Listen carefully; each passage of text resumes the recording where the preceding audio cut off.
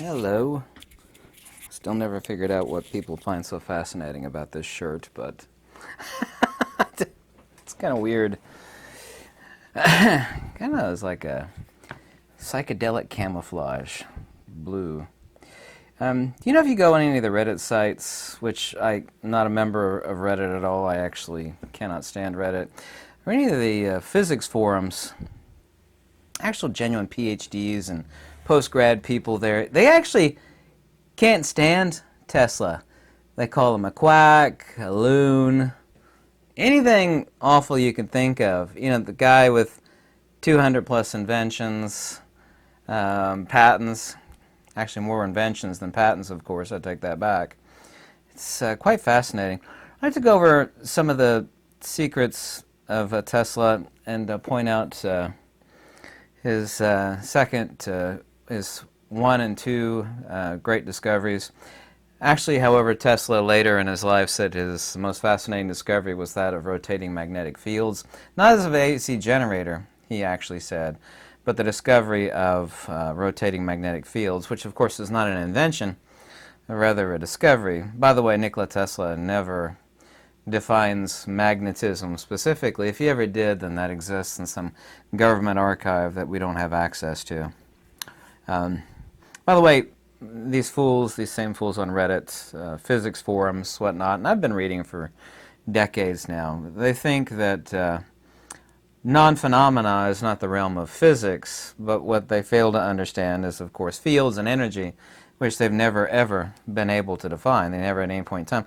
Let me give a couple quotes from Tesla and get on to two really important statements of Tesla's, and I'd like to read those for you. Anyway, this quote is attributed to of Tesla from Ralph Beckstresser, who got this from Tesla in a conversation. And these are two simple little quotes. I'm sure you've heard of it before. The first one is, "The day science begins to study non-physical phenomena, it will make more progress in 1 decade than all previous centuries of its existence." And this, of course, is in reference to fields. Fields are non-physical. Everything is fields, and fields are non-phenomena. When people read this, they've actually speculated if Tesla is talking about metaphysics. And of course, metaphysics is just the flip side of the coin of physics. Like Tesla was talking about ghosts or something religious or spiritual. Yet, the way these people define the term energy and field, which they've never, ever defined, you'd think that they would be talking about something religious because they've never, ever defined the term field. So, reference to non-physical phenomena. Fields, of course, are phenomena, and as I've accurately stated, a field is an ether perturbation modality. But ether itself is inert. It is the original denotation of the term inertia. Non-Cartesian, pure potential. You could say zero-point energy, you could say counterspatial energy. It doesn't matter what words you use. But this, of course, is what Tesla meant by non-physical phenomena. All fields are phenomena, and a field is decidedly not physical. So there's nothing so abstruse as ghosts and, religious hokum and other such nonsense. So completely silly. Nikola Tesla said that the second quote that people have, crunched their brain over is this from Tesla. Said, you want to find the secrets of the universe, you have to think in terms of energy, frequency, and vibration. Of course, I just made a video about what energy is and is not a few days ago. Of course, human beings always see things upside down and backwards. Frequency and vibration is not a great mystery, but it actually befuddles people. There's a million things on the electromagnetic spectrum, and of course no branch of science, including that of relativity and quantum, ever defined the term light, das Lichtquant. And by the way, by their own admission, all of quantum is based upon their supposed understanding of light, but they have absolutely no idea what light is, because they will tell you flat out that they think light is a particle, a wave-particle duality, an emission, and has a speed and comprised of photons. And every one of those 6 points regarding light is completely incorrect. Light's not an emission, not a wave, not a particle. Waves are not things. Anyway, waves don't exist. Waves are what things do, not what things are. There's no such thing as a photon particle. That's a conceptual abstraction dreamt up by materialists. There are no dualities in nature. This idea of wave-particle duality is completely ridiculous. So all of relativity and quantum is based upon that. But all this phenomena, specifically about the electromagnetic spectrum only, just keeping to that, even though I could discuss many different things such as dielectricity, electrostatics, magnetism, gravity, just talking about the electromagnetic spectrum. All these things that we think are different things. Radio. Over here we got visible light. Over here we have X-rays. Over here we have gamma radiation. Fundamentally, super high energy light is fundamental matter. It would be what, I'm wearing the wrong glasses, by the way. So people are like, what are you wearing those glasses for? I was wondering when I was looking at this iPad, I'm wearing the wrong glasses. That's okay. You can make fun of me. I'm wearing these big bug-eyed glasses. When I'm actually reading a bunch of computer screens all at once, I'll put these glasses on instead of my normal ones. These are really old, messed up glasses. I thought things were a little different when I was looking at this iPad. Super high energy light. This would be what science calls a zero-time particle, or ZTP. Don't forget to make fun of my glasses. Like, what are you wearing those things for? I wear these glasses all the time. I just don't make them for videos. It's kind of like people's movie-watching glasses, except not watching movies. I'm actually reading digital screens on a large 27-inch iMac in the other room. But these are not different things. These are only typified and differentiated, I'll take my glasses off, by frequency. What's the distinction between radio, visible light, X-ray, gamma radiation, and fundamental matter? They're only typified in differentiation by the attributes that they have, and the attributes that they have which are unique is only due to frequency. The smaller the space, the higher the capacitance. The higher the energy, the smaller the spatial footprint something is. Completely inverse to how human beings think of things. A larger rock has more mass and is more powerful. Well, when it comes to energy, the smaller the volume and the smaller the spatial footprint, the more energy it has. This would be completely antithetical to human understanding. So all of this is due to frequency and frequency alone. I'm actually have to put back on my glasses to read these quotes so people can make fun of me in this video. What are you wearing those weird glasses for? Well, I've already explained it. I just realized that. This is what happens when you're deep in thought about a million different things. You forget to switch out your glasses for a video. That's okay. But this is the secret behind the quote that people have crushed their brain over for so long, where Tesla says, the secret of the universe is terms of energy. And defining energy is not difficult, it's extremely simple, but it's difficult to explain to people. And I just got done making a video about energy a few days ago. And frequency and vibration. Vibration, of course, is, we could be talking about the wavelength, the vibration of the medium. In this case, regarding EMR, for example, we're talking about fields. The same is true, and I'll give a really simple analogy for going into these two quotes of Tesla. Pulsars, quasars, and black holes. Now, black holes emit, there's many examples of this, not like artist drawings or renderings, but of, they're called galactic jets or astrophysical jets, emitting trillions and trillions and trillions of tons of hydrogen. Super high energy light. And I got another video after this where Tesla and Walter Russell actually talk about matter. It's quite fascinating. There's not another video on YouTube about that, and I've not made one before too, so I'm excited to make that video. But how are these things differentiated? Well, we all know that a black hole is a super energy device, and it all undergo the field modality of geomagnetic precession. This is called the Lamore frequency or geoprecessional torque. We actually have to calibrate MRI machines by knowing the Lamore frequency too, by the way, for maximum image resolution. But how are pulsars, quasars, and black holes differentiated? Well, like pulsars will be radio emitting, like white dwarfs, small super compact stars. They're emitting radio. Well, radio, not that high energy. You get enough wattage, however. I mean, it's incredibly dangerous if you're close to it, but ultimately not that high energy. Quasars, we have X-ray quasars, we have gamma ray quasars and pulsars, much higher energy. And then, of course, we have black holes that are emitting trillions and trillions of tons of hydrogen. Thousands of light years outside of themselves. You can look these up. They're called astrophysical jets or galactic jets, two terms to refer to one and the same thing. Emissions of super high energy light. So these would be frequency modalities relative to the power or energy quotient of what we're talking about. So there's really no distinction other than supermass and how much energy there is between a pulsar, a quasar, a radio, X-ray, gamma, or a black hole. They're all emitting different powers of light. Man, that makes Mother Nature really simple, and there's not a single scientist on this earth that has ever come within 1,000,000 miles of saying something that's super, super simple and compact about pulsars, quasars, and black holes. I just did it, and it took me like 2 minutes. Here's a couple quotes from Nikola Tesla. I like to read them and go over them very briefly, and these are really important ones. Due to the succeeding 2 years of intense concentration, I was fortunate enough to make 2 far-reaching discoveries. The first was of a dynamic theory of gravity, which never made its way out to the public, by the way, except little snippets, which I've worked out all the details on and hope to give the world very soon. It explains all the causes for the forces and motions of the heavenly bodies under its influence, and satisfactorily that it will put an end to idle speculations and false conceptions as to that of curved space, which is nonsense. According to the relativists, space has a tendency to curvature owing to the inherent properties or presence of celestial bodies, granting a semblance of reality to this fantastical idea. You're basically calling it BS and nonsense.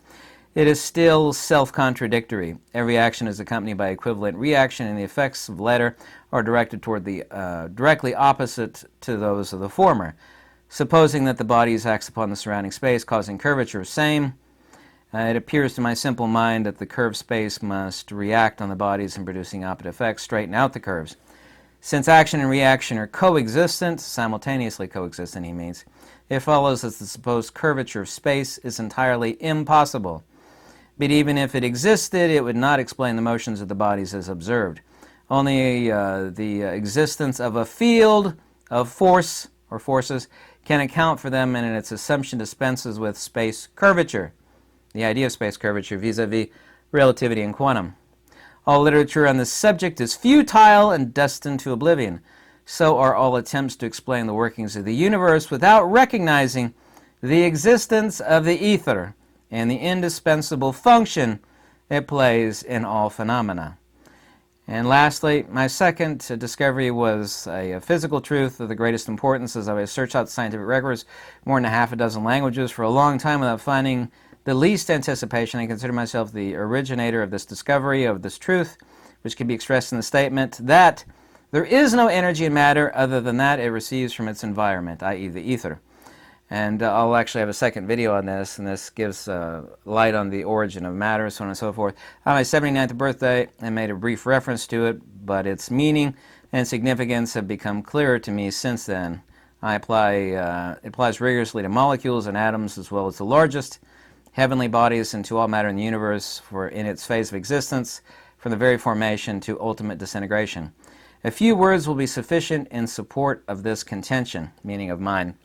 The kinetic and potential energy of a body, this is the important part, all of its importance from Tesla, is the result of motion and determined by the product of its mass and the square of its velocity. This gets back to the energy possible of a cubic meter of ether, i.e. of counter space, i.e. pure inertia potential. It's a product of its mass and the velocity, which of course is relevant to the hysteresis of the medium itself, i.e. the ether. Anyway, let's get back to Tesla. Let the mass be reduced, the energy is diminished in the same proportionality. If it is reduced by 0, the energy is likewise reduced to 0 for any finite velocity. In other words, it is absolutely impossible to convert mass into energy. It would be different if there were forces in nature capable of imparting to a mass infinite velocity. Then the product of 0 mass with the square of the infinite velocity would represent infinite energy. But we know that there are no such forces, and the idea that mass is convertible into energy is rank nonsense. A bold statement from Tesla, who was very lilting and very diminutive in his vociferous declarations. In other words, he wasn't a flamer, spit out, pejoratives against nonsense. So saying rank nonsense from Nikola Tesla is actually a really strong statement. And this all, of course, gets back to the nature of matter that also, too, Charles Proteus Steinmetz discovered that this idea of c was conventionally called the speed of light, which is not a speed at all, rather the hysteresis of the ether, or the rate of induction, or the capacity of the displacement of the ether by itself under influence of its own modality, be it light, be it gravity, electrostatics, or magnetism, is a maximum rate of induction under the hysteresis of the medium itself. Is this proportionality of the hysteresis relative to the capacitance of that medium that is referred to as c? It has a proportionality of c, or what we call the speed of light, which is not actually speed at all. Same is true of sound. That would be the hysteresis of oxygen and nitrogen that we call the speed of sound. In other words, the maximum rate of induction at which sound occurs. And of course that varies depending on the density of the air, how cold it is, which of course is also too relevant to density. Same is true of the ether. We have redshift and blue shift, and no different than Doppler effect of sound. Compression, rarefaction relative to velocity, and this is too relevant to the medium. And this makes nature extremely simple. So hope you didn't mind my peculiar glasses in this video. I forgot to swap them out for the other ones, but these are my internet reading glasses. But this makes understanding Tesla, makes understanding nature very, very simple. So understanding, the first quote that I gave at the beginning of this, that the day science begins to study non-physical phenomena, he's referring to fields. Fields are not physical phenomena. He's not referring to ghosts and specters, and not that ghosts don't exist. Ghost is just has a lot of garbage surrounding it. It's just a disembodied being. To say the word ghost, by the way, is no different than saying a signal. It's like, it would be someone stupidly saying, signals don't exist. It's like, yeah, sure they are. I mean, that's what a radio tunes. To say a ghost doesn't exist is as stupid as saying a signal doesn't exist if you smash the radio, or if radios didn't exist. Of course they exist. Well, I can't see it anywhere. It's not physical. I can't grab a hold of it. Non-physical phenomena. I don't believe it exists. This is what these materialists are like, too, by the way, that rag on Tesla. The guy with 200 plus patents. These people are nobody. They're like putting down Tesla. Tesla was a crank. He didn't know anything. He was like a tinkerer engineer. And it's just ridiculous. They'll say, I can't put my hands on it. It's not physical. I don't believe it exists. This is like the fool that steps outside of his own house and looks in the own window of his house and says, nobody lives here. You go outside of your own house, look in the window of your house. Nobody lives here. So this is what is meant by non-physical phenomena. The quote that people rack their brains over from Tesla is just referring to fields. Talk about the study of non-physical phenomena, i.e. fields. And the quote from Tesla about the secret of the universe relative to energy and frequency, extremely simple. Frequency is definitive in actually giving the attributional nature of something. I mean, that differentiates out radio, visible light, gamma radiation, fundamental matter, i.e. hydrogen, and all elements are compounded hydrogen, of course.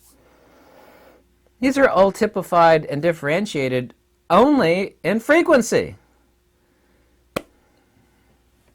It's like ice, water, and steam are only differentiated out not in frequency, but by temperature, for example. It's like these are totally different things. Ice here, water over here, steam over here. They're all water. All of these electromagnetic phenomena are only differentiated by, i.e. the secrets of the universe, relative to frequency. And frequency is synonymous with energy.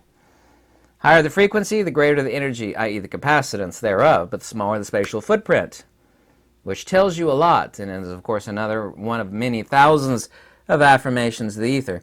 If you like this video, you want to contact me, my description is below. Also, too, any donation if you like it. And email me, tell me how much you hate it. I'm sorry I wear these bug-eye glasses, but it is what it is. Some people actually notice stuff like that. Oh my God, what are you wearing those weird glasses for? Like, I'm just used to that from videos from people. Thanks for watching. Have a good day. Goodbye. Note to self, swap out glasses before video.